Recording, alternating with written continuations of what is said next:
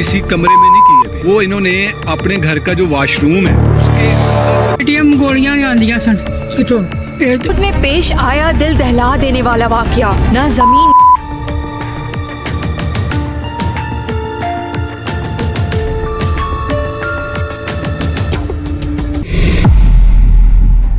Time था 15 नवंबर 2024 का, जब सऊदी अरब में रहने वाला कदीर हसन पाकिस्तान में अपने ससुराल में अपने ससुर सबीर अहमद के पास कॉल करता है और यह बात कहता है कि उसने अपनी पत्नी के पास कल भी कॉल किया था। आज भी वह काफी बार कॉल कर चुका है, लेकिन अभी तक उन्होंने फोन नहीं उठाया है। दूसरी तरफ उसके घर वालों से भी उसकी बातें नहीं हो रही हैं। तो क्या वह वहां पर उनके घर पर जाकर थोड़ा अच्छे से चेक कर पाएगा कि आखिरकार वहां पर क्या चल रहा है?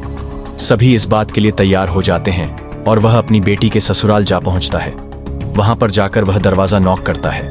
दूसरी तरफ उनकी बेटी सारा की सास ने आकर दरवाजा खोला और जैसे ही उसने यह पूछना शुरू किया कि उनकी बेटी उनका फोन नहीं उठा रही है, आखिरकार वह कहां पर है, तो सारा की सास ने बताना शुरू किया कि आपकी बेटी तो किसी के साथ भाग गई है। इस बारे में सुनकर सबीर अहमद को काफी ज्यादा अजीब लगता है, क्योंकि वह काफी अच्छे से जानता था कि उनकी बेटी की तरीके की है, क्योंकि वह उनकी इकलौती बेटी थी। तो वह इस बारे में तो मना कर देता है कि ऐसा नहीं हो सकता। इसी तरीके की बातें करते करते वह दोनों ही घर के अंदर आ जाते हैं और इस टाइम सारा की सास सुगरा बीवी काफी सारे और भी उल्हाने सारा के पिता को देने लगती है। वह कहने लगती है कि आपकी बेटी ने तो हमारी यहाँ पर आस पड़ोस में नाक ही कटवा दी है। हमारे बेटे के भी काफी सारे कॉल हमारे पास आ चुके हैं, लेकिन आखिरकार फोन उठाकर हम लोग उसे जवाब दें तो क्या दें? हमारे साथ तो कुछ ऐसा हो गया है। और दरअसल इस टाइम सबीर अहमद एक पुलिस ऑफिसर थे। जैसे ही वह घर के अंदर घुसते हैं तो वहां पर घर का हाल देखकर वह अपनी बेटी के रूम में भी जाते हैं। वहां का सारा मंजर देख लेने के बाद उन्हें थोड़ा अजीब लगने लगता है, क्योंकि इनका जो घर था उसका सिर्फ और सिर्फ एक या फिर आधा कोई पोर्शन नहीं धोया गया था, जबकि काफी सारा पानी गिराकर इनका पूरा का पूरा घर धोया गया था।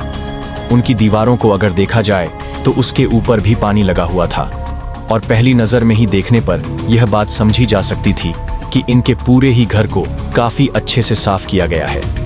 रगड़ रगड़ के इन लोगों ने धोया है, तो जरूर यहाँ पर कुछ ना कुछ ऐसा कांड रचा होगा जिसे यह लोग छिपाना चाहते थे। और इस टाइम अगर उनकी बेटी गायब है, उनकी बेटी का लड़का यहीं पर छोटा सा वो बच्चा था जो कि घूम रहा था। सारी ही चीजें बिल्कुल नॉर्मल थीं, लेकिन उस घर से सिर्फ और सिर्फ उनकी बेटी गायब थी। तो इन सारी ही चीजों को देखकर सबीर घर से वापस बाहर की तरफ आता है और अपने दामाद के पास सऊदी फोन करके यह बात कहता है कि जरूर उसकी बेटी ने तो अपनी जान गंवा दी है, इन लोगों ने जरूर उसे मार डाला होगा। और इस टाइम ये लोग कुछ इस तरीके के बहाने लगा रहे हैं। तब तक सबीर ने अपने परिवार वाले बाकी लोगों के पास भी कॉल कर दिया था, पुलिस वालों के पास भी कॉल कर दिया था, क्योंकि वह खुद भी पुलिस में लगा हुआ था। काफी सारे केसेस उसके सामने इसी तरीके के आते रहा करते थे। तो यहाँ का भी मंजर देखकर इस पूरे ही मामले को समझने में उसे ज्यादा देर नहीं लगती है। पुलिस वाले यहाँ पर आते हैं। सबीर के सारे परिवार के लोग यहाँ पर आ चुके थे और जिन जिन लोगों के ऊपर शक होता है, जिनके ऊपर उन लोगों ने उस टाइम दबाव बनाया था कि यहाँ पर और तुम लोगों के साथ पिछले 1-2 दिनों में कौन कौन तुम्हारे साथ था, उन सारे ही लोगों की इंफॉर्मेशन निकाल लेने के बाद उन सारे ही लोगों को वो लोग पकड़ लेते हैं और उनसे पूछताछ करने लगते हैं। और इस टाइम भी सुगरा बीवी इसी बात पर अड़ी हुई थी कि इनकी बीवी सारा हमारे घर से भाग चुकी है, हमारी बहुत ज्यादा बदनामी हो चुकी है, और जब अब पुलिस वाले हमें उठा लाए हैं तो हमारी और ज्यादा बेइज्जती हो रही है। इसी तरीके की बातें सुगरा बीवी कर रही थी, उसकी दोनों ही बेटियां कर रही थीं, और इसके अलावा 2 लड़कों को भी यहां पर पकड़ कर लाया गया था। वो भी कुछ इसी तरीके की बातें इस टाइम कर रहे थे। लेकिन इनमें से एक लड़का टूट जाता है और उसने कुछ एक ऐसी चीजें पुलिस वालों को बतानी शुरू की जिससे कि वो लोग अंदाजा लगा सकते थे कि आखिरकार सारा गई तो गई कहां पर। उसने बताया कि वो और खुद सुगरा बीवी रात के समय अपने बाइक पर 2 थैलों को लेकर पास के नाले के पास गए थे और वहां पर जाकर उसने उन सारी ही चीजों को उस नाले में फेंक दिया था। इसके बारे में बहुत सारी चीजें और भी उसने पुलिस वालों को बताई। पुलिस वाले जाकर सुगरा बीवी से इस बारे में पूछताछ करने लगते हैं और उसके बाद तो सुगरा बीवी भी टूट जाती है और उसके बाद एक काफी ज्यादा खौफनाक कहानी सभी लोगों के सामने आती है। सुगरा बीवी ने बताया कि इन सारी ही घटनाओं की शुरुआत करीबन 2020 के आसपास होती है, जब वह अपनी बहन के घर पर जाती है और अपनी बहन से अपने बेटे कादिर हसन के लिए उनकी बेटी सारा का हाथ मांगती है।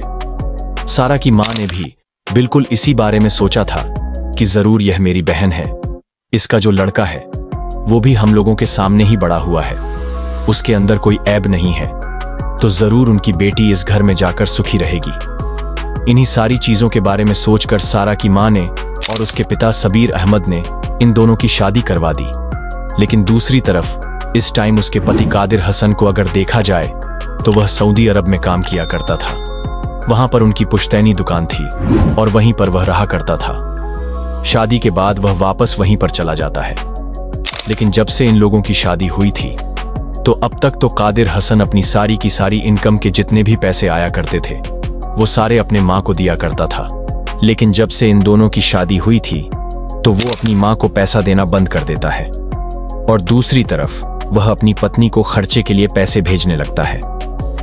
इस बात को देखकर कादिर हसन की मां सुगरा बीवी अंदर ही अंदर जलस करने लगती है कि आखिरकार मेरा लड़का जो कि सारा का सारा हिसाब किताब मुझे दिया करता था, पैसे मुझे दिया करता था, घर का सारा मैनेजमेंट मेरे हाथ में दिए हुए था, वो सारी की सारी चीजें अब अपनी पत्नी को क्यों दे रहा है। इस बात को वह बिल्कुल भी बर्दाश्त नहीं कर पा रही थी और धीरे धीरे कर जैसे जैसे टाइम बीतता है तो वह अपनी लड़कियों को भी इसी बारे में बताने लगती है कि तुम्हारा भाई तो अब हाथ से निकल चुका है, अब मेरी वह बिल्कुल ही पूछ नहीं करता है, अपनी पत्नी को ही वह सारे के सारे पैसे वगैरह देता रहता है और हमारा तो अब वह ख्याल ही नहीं रखता है। और इस बात को जानकर कादिर हसन की बहनें भी अपनी भाभी से जलस करने लगती हैं और आए दिन वह किसी न किसी बात को लेकर उसके साथ लड़ाई करती रहा करती थी।